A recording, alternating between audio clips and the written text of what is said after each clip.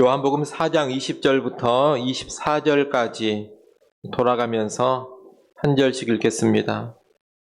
우리 조상들은 이 산에서 예배하였는데 당신들의 말은 예배할 곳이 예루살렘에 있다 하더이다. 예수께서 이르시되 여자여 내 말을 믿으라. 이 산에서도 말고 예루살렘에서도 말고 너희가 아버지께 예배할 때가 이르리라.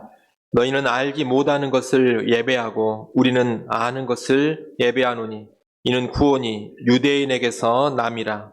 아버지께 참되게 예배하는 자들은 영과 진리로 예배할 때가 오나니 곧 이때라. 아버지께서는 자기에게 이렇게 예배하는 자들을 찾으시느니라. 같이 봅니다. 하나님은 영이시니 예배하는 자가 영과 진리로 예배할지니라. 아멘. 우리는 계속해서 참된 예배에 관하여 말씀을 나누고 있습니다. 참된 예배가 되려면 예배의 대상이신 하나님을 무엇보다 먼저 잘 알아야 합니다. 예배하는 자리에 나와는 있지만 내가 예배하고 있는 이 하나님이 누구신지 어떤 분이신지를 모른다면 결코 참된 예배가 드려질 수가 없습니다. 우리가 예배하는 하나님은 온천한 만물을 지으시고 주관하시는 창조주 하나님이십니다. 또한 우리가 예배하는 하나님은 예수 그리스도의 십자가로 우리를 죄에서 구원해 주신 구속주 하나님이십니다. 그러므로 우리는 예배할 때마다 창조주 하나님 앞에 겸손한 피조물로 서야 합니다. 그리고 예배할 때마다 구속주 하나님 앞에 구원에 대한 감사와 감격으로 예배 드려야 합니다. 오늘은 우리 예배의 대상이신 하나님이 영이신 하나님이라는 것을 살펴보려고 합니다. 오늘 보면 24절을 보십시오.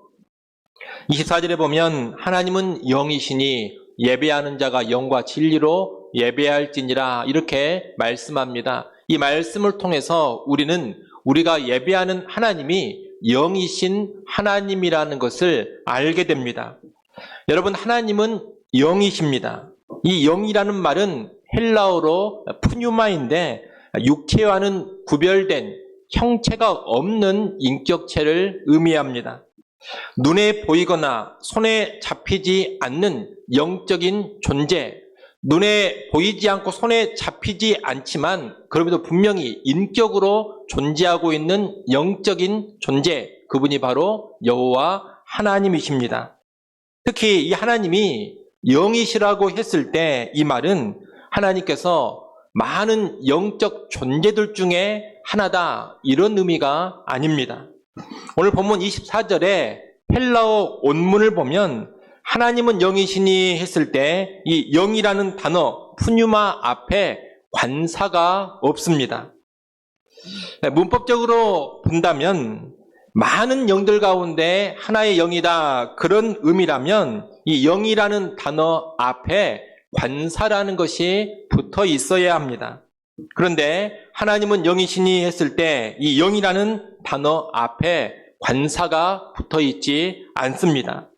관사 없이 사용된 이 영이라는 말은 본질적인 영이다 이런 뜻입니다. 여러 영들 중에 하나인 그 영이 아니라 본질적인 영 이런 의미이기 때문에 그 앞에 관사를 붙이지 않은 겁니다. 영이신 하나님은 여러 영들 가운데 하나인 그런 영이 아니십니다. 근본적인 영, 본질적인 영이십니다. 이 세상에는 여러 영들이 있습니다. 천사도 영이고 귀신들도 영입니다. 그러나 이 천사나 귀신들은 모두가 피조된 영들, 지음받은 영들입니다. 하나님이 창조하셨기 때문에 존재하게 된 영들이고 창조한 천사가 타락했기 때문에 존재하게 된 영들입니다. 천사나 귀신은 그런 영적인 존재들이라는 겁니다. 하지만 하나님은 그런 피조된 영, 지어진 영이 아닙니다. 본질적인 영이십니다. 그래서 이 땅에 있는 모든 영적인 존재들과는 근본적으로 구별이 됩니다. 아예 다른 차원으로 계시는 그런 영이라는 겁니다. 그러므로 하나님은 영이시다라고 할 때 이 하나님은 이 땅의 모든 육적인 존재와도 구별되시고 또한 이 세상에 있는 다른 모든 영적인 존재들과도 확연히 구별되는 분이시다. 이것을 우리가 잘 알아야 되겠습니다. 이 본질적인 영이신 하나님을 좀 더 구체적으로 설명해 드린다면 이 본질적인 영이신 하나님은 스스로 계신 영입니다. 그리고 무한한 영이십니다. 그리고 불변하시는 영이십니다. 먼저 우리가 예배하는 하나님은 스스로 계시는 영이십니다. 여러분 잘 아시는 출애굽기 3장 14절에 보면 하나님은 자신을 가리켜 뭐라고 말씀하시느냐? 나는 스스로 있는 자니라. 이렇게 말씀합니다. 이 세상에 있는 모든 것들은 영적인 존재가 됐든 육적인 존재가 됐든 다 지음받은 존재들로서 의존적인 존재입니다. 원인이 있는 존재들입니다. 하지만 본질적인 영이신 이 하나님은 그 누구에게도 의존적이지 않고 지음받지 않은 스스로 존재하는 영이십니다. 그 어떤 원인도 하나님께는 없습니다. 달리 말한다면 조금 어려운 표현을 쓴다면 하나님은 존재 자체인 영이십니다. 여러분 이 세상에 있는 모든 것들은 정확하게 말한다면 다 존재물들입니다. 여러분이나 저나 존재 자체가 결코 아닙니다. 여러분이나 저는 존재물입니다. 존재하게 된 인격체, 존재하게 된 생명체라는 겁니다. 이 땅에 있는 모든 것들은 존재하게 된 생명체, 존재하게 된 물건, 존재하게 된 사물들입니다. 그러나 여호와 하나님은 존재물이 아니라 존재 자체가 되십니다. 그 존재 자체가 되신다는 것을 나는 스스로 있는 자니라 이런 말로 표현을 하신 겁니다. 이 존재 자체인 하나님께는 하나님은 언제부터 존재하셨습니까? 하나님은 어떻게 존재하게 되셨습니까? 이런 질문이 통하지 않습니다.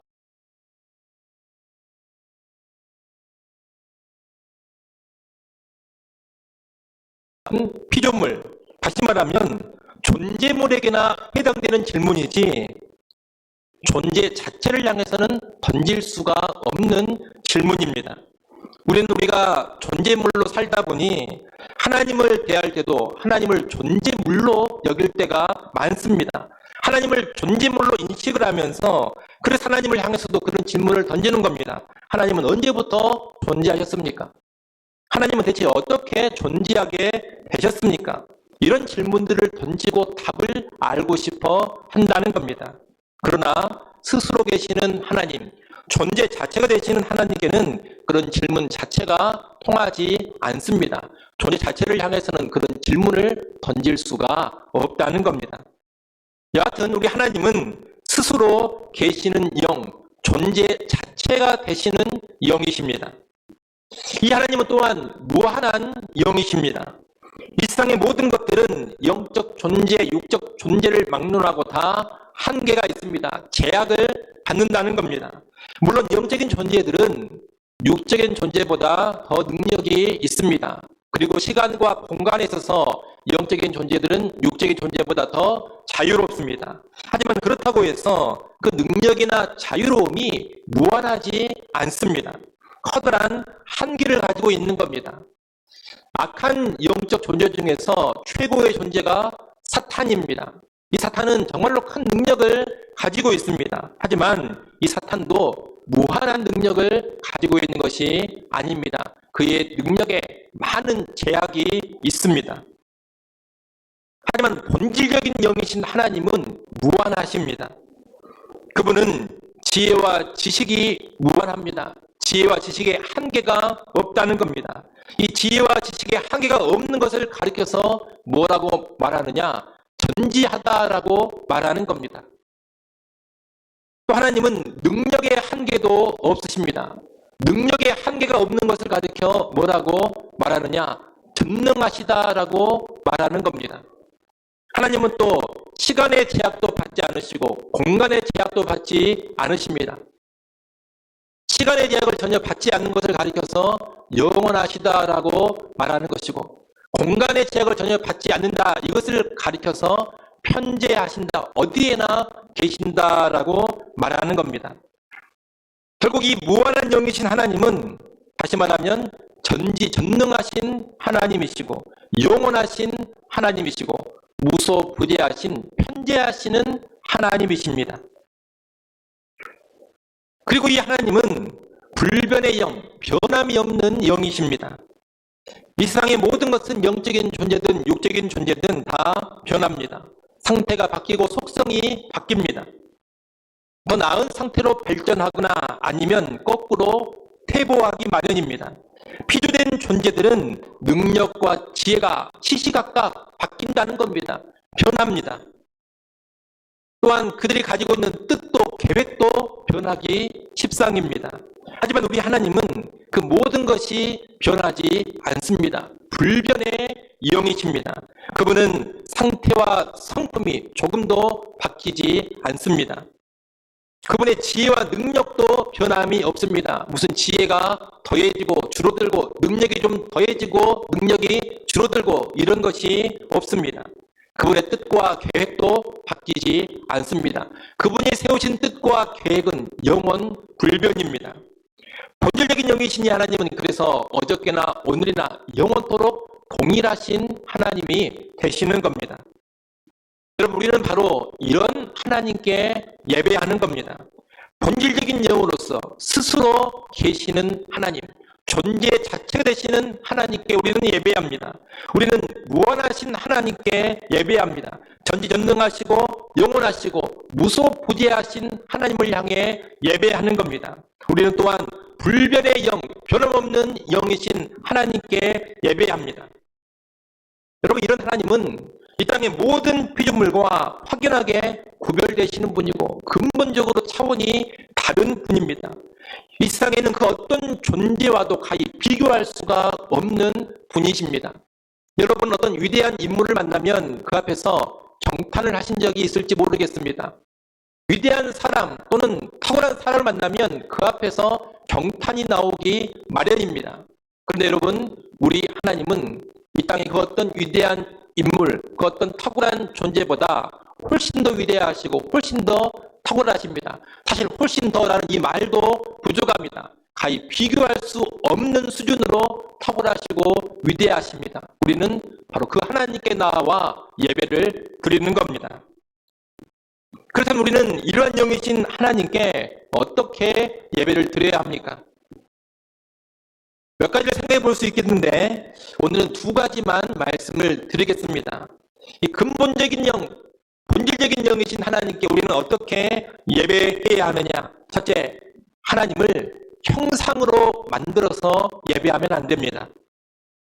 하나님은 영으로서 형체가 없으십니다. 더욱이 하나님은 무한한 영이라 했습니다. 그렇기 때문에 우리는 어떤 형체가 있는 유한한 물질로 하나님을 만들어서 예배하려고 하면 안 되는 겁니다.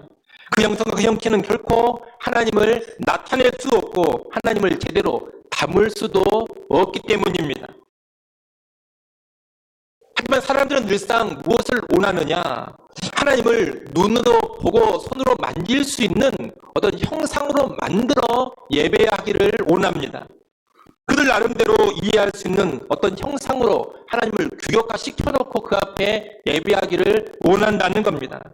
하지만 여러분 잘 알아야 됩니다. 영이신 하나님, 특히 무한한 영이신 하나님은 형상화되는 순간에 그것은 곧 하나님을 피조세계의 어떤 것으로 전락시켜 버리는 겁니다. 또는 인간이 상상해낸 어떤 물건으로 전락시켜 버리는 겁니다. 무엇이든지 간에 하나님의 형상으로 만들어지는 순간 그것은 이미 온전한 하나님이 되지 못합니다. 하나님은 실제 그런 형상이 아닙니다. 그 형상으로 제대로 표현할 수도 없는 분이십니다. 그래서 기독교 예배에는 절대로 어떤 형상도 만들지 않는 겁니다. 종교에 관심 있는 분들이라면 다른 종교들을 보신 적이 있을 겁니다. 다른 종교들을 보면 한결같이 무엇이 있습니까? 예배의 대상, 경배의 대상인 어떤 형상이 자리 잡고 있습니다. 쉬운 예로 근처에 있는 절만 한번 가보십시오.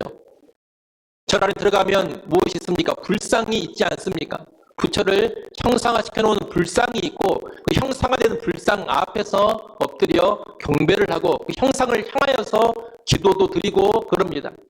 불교만 그런 것이 아닙니다. 이 땅에 있는 모든 종교는 다 형상을 두고 예배합니다. 형상이 없다면 어떤 상징 기호라도 앞에 두고 예배를 드리게 되어 있습니다. 이것은 인간의 속성이 그러하기 때문에 그러는 겁니다. 인간의 속성은 눈에 보이는 가시적인 어떤 형상이나 상징물을 앞에 두고 예배하기를 원하는 겁니다. 그러나 여호와 하나님은 절대 그런 식으로 예배할 수 있는 분이 아닙니다. 여호와 하나님은 무한한 하나님이시기 때문에 그 어떤 형상으로도 표현할 수 없고 담을 수 없습니다. 형상으로 만들어지는 순간 그 형상은 하나님이 결코 아닙니다. 하나의 우상에 지나지 않는 겁니다.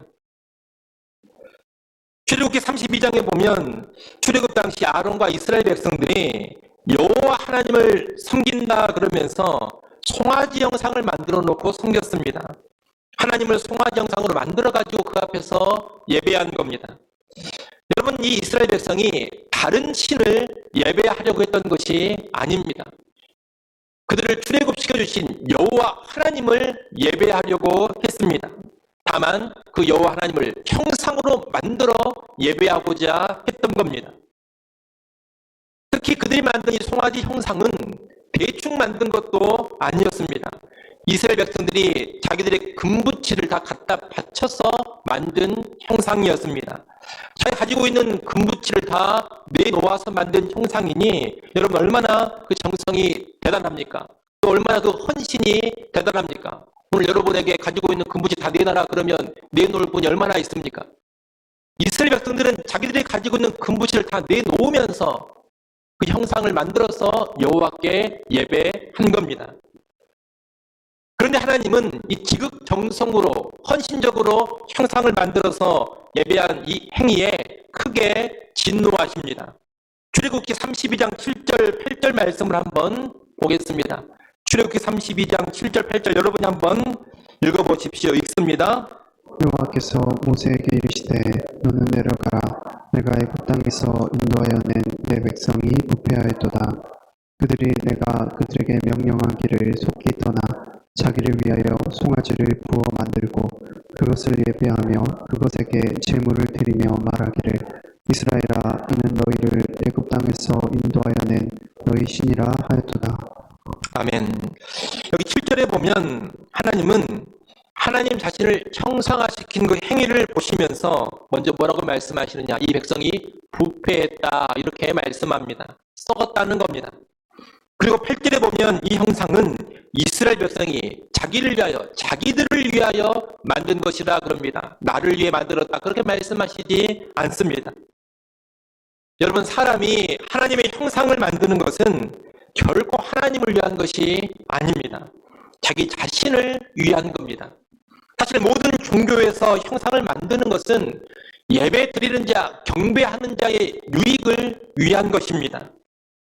눈에 보이고 손에 잡히는 형상을 만들어서 예배하거나 기도하면 그 사람들의 종교성에 아주 커다란 도움을 주는 겁니다. 형상이 있으면 더 쉽고 더 편하게 그리고 더 집중해서 열정적으로 예배하거나 기도할 수가 있습니다.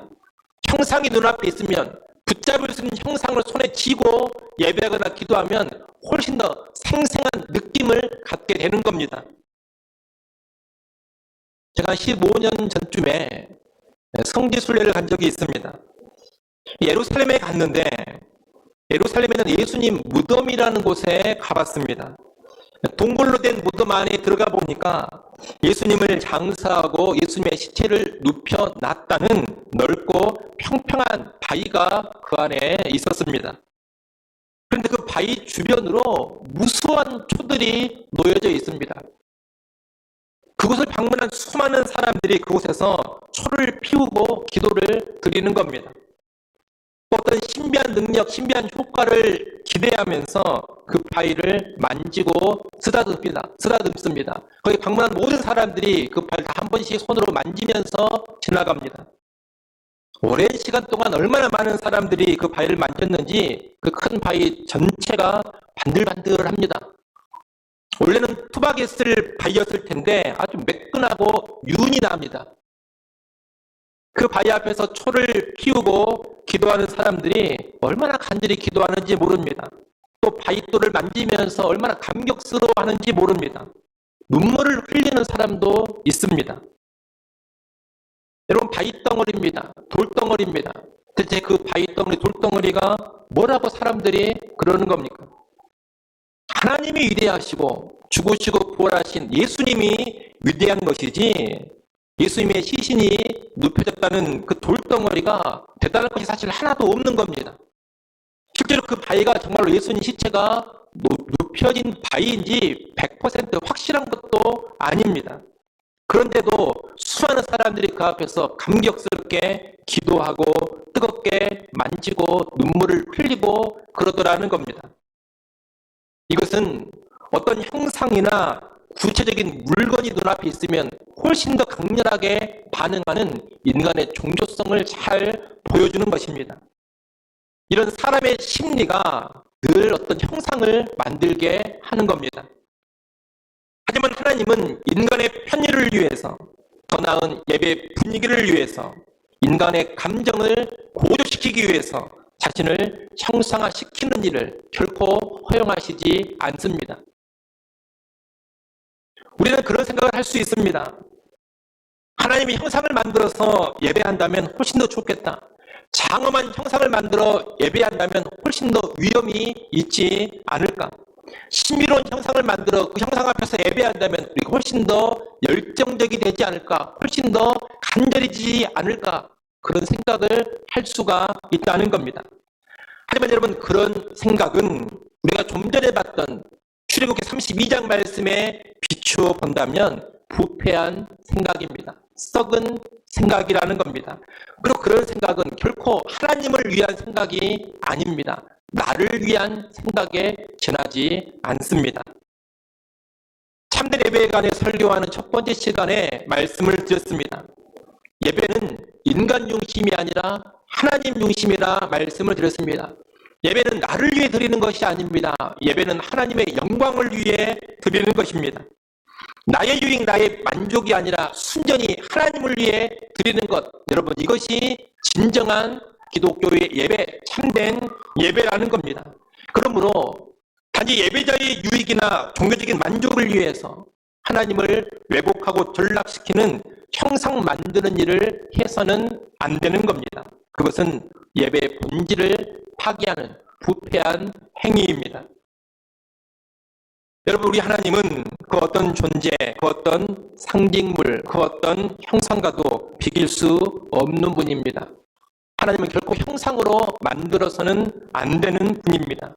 형상 안에 그분을 다 담을 수도 없습니다.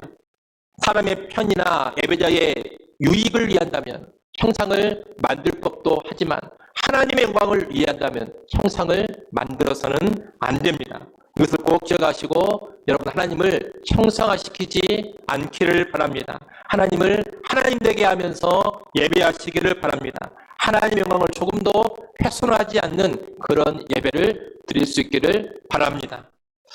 둘째로, 하나님이 영이심을 할 때 우리는 우리의 중심으로 예배를 드려야 합니다.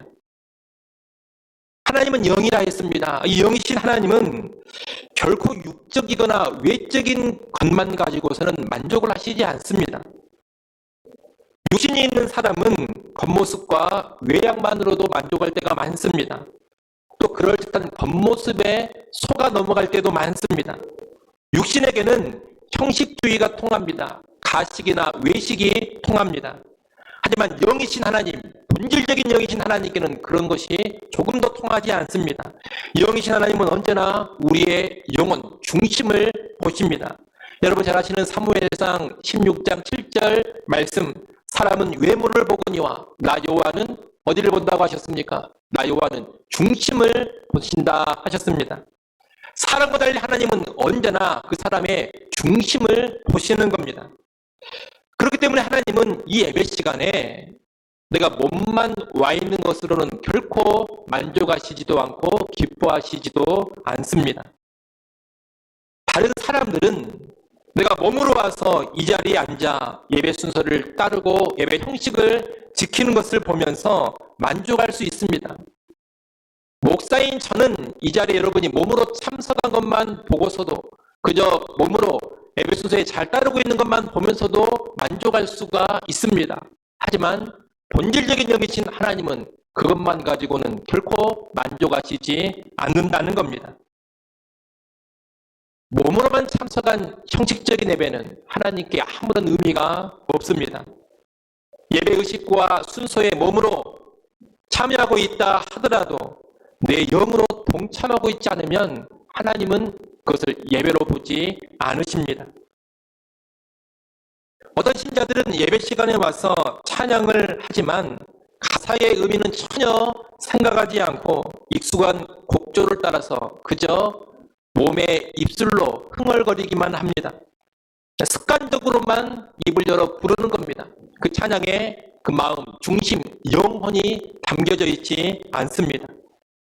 또 기도 시간에 몽롱하게 있는 신자들이 있습니다. 기도 시간에 조는 신자들도 있습니다. 또는 기도 시간에 다른 생각을 하고 있는 신자들도 있습니다. 이것은 기도하는 것이 아닙니다. 기도하는 형식에는 동참하고 있을지 모르지만 사실 기도하는 흉내만 내고 있는 겁니다. 기도하는 척 하고 있는 겁니다. 설교 시간에도 설교하는 목사를 바라보고는 있지만 머릿속은 딴 생각으로 가득 차 있을 수 있습니다. 그래서 말씀을 듣는 것이 아닙니다. 듣는 척 하는 겁니다.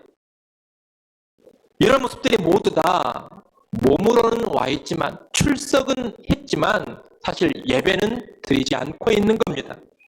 성경은 영으로 찬양하고 마음으로 찬양하라 그럽니다. 또한 영으로 기도하고 마음으로 기도하라 그럽니다. 하나님께 찬양하고 하나님께 기도하고 하나님께 예배하는 것은 우리의 영, 우리의 마음으로 해야 하는 일이라는 겁니다. 어릴 때부터 평생 신자로 살아왔던 한 사람이 죽어서 천국에 갔답니다. 천국에 딱 가서 보니까 일상에서 자기의 신앙생활을 쭉 적어놓고 평가해 놓은 책자 하나가 탁자 위에 놓여 있더랍니다. 이 사람이 그 평가서를 일단 보면서 내가 다른 것은 몰라도 예배 하나만큼은 잘 드렸다고 자부할 수 있다. 그런 생각을 했습니다. 실제 어려서부터 주일 오전 예배, 주일 오후 예배, 수요 예배, 어른이 되어서는 구역 예배까지 빠지지 않고 꼬박꼬박 참석을 했기 때문입니다. 그래서 자신의 예배는 좋은 평가가 나오리라 이런 기대를 하면서 자기의 예배 평가가 적혀있는 부분을 펼쳐보았답니다. 그랬더니 거기에 아주 간단하게 이렇게 적혀 있었습니다. 출석 15,000번, 예배 15번.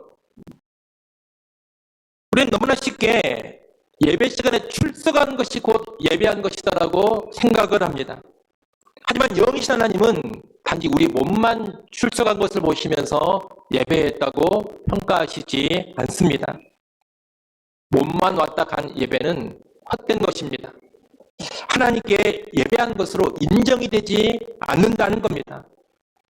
오늘 우리가 수없이 예배하지만 영이신 하나님께 내가 영으로 예배했는가 이것을 돌아봐야 됩니다. 여러분은 지금까지 과연 몇 번의 예배를 드리셨습니까?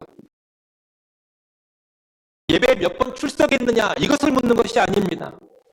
참된 예배, 영이신 하나님께 영으로 드리는 진짜 예배를 몇 번 드리셨느냐는 겁니다. 오늘 예배도 그저 몸만 왔다 가는 예배는 아닙니까? 그저 출석만 하고 있는 그런 예배는 아닙니까? 이 시간에 정말 내가 내 중심으로 내 영과 내 마음으로 하나님께 예배하고 있습니까?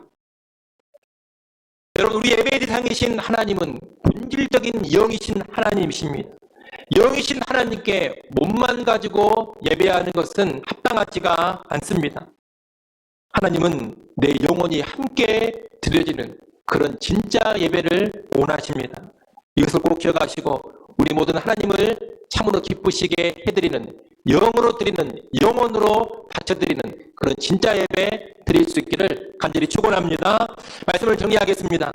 여러분, 우리 하나님은 본질적인 영이십니다. 스스로 계신 영이시고 무한한 영이시고 불변하시는 영이십니다. 이 영이신 하나님을 제대로 알고 예배하시기 바랍니다. 하나님은 그 무엇으로도 형상화시킬 수 없다 했습니다. 이를 알고 우리 편의를 위해서, 우리의 종교성을 만족시키기 위해서 하나님을 형상화시켜 예배하지 마십시오.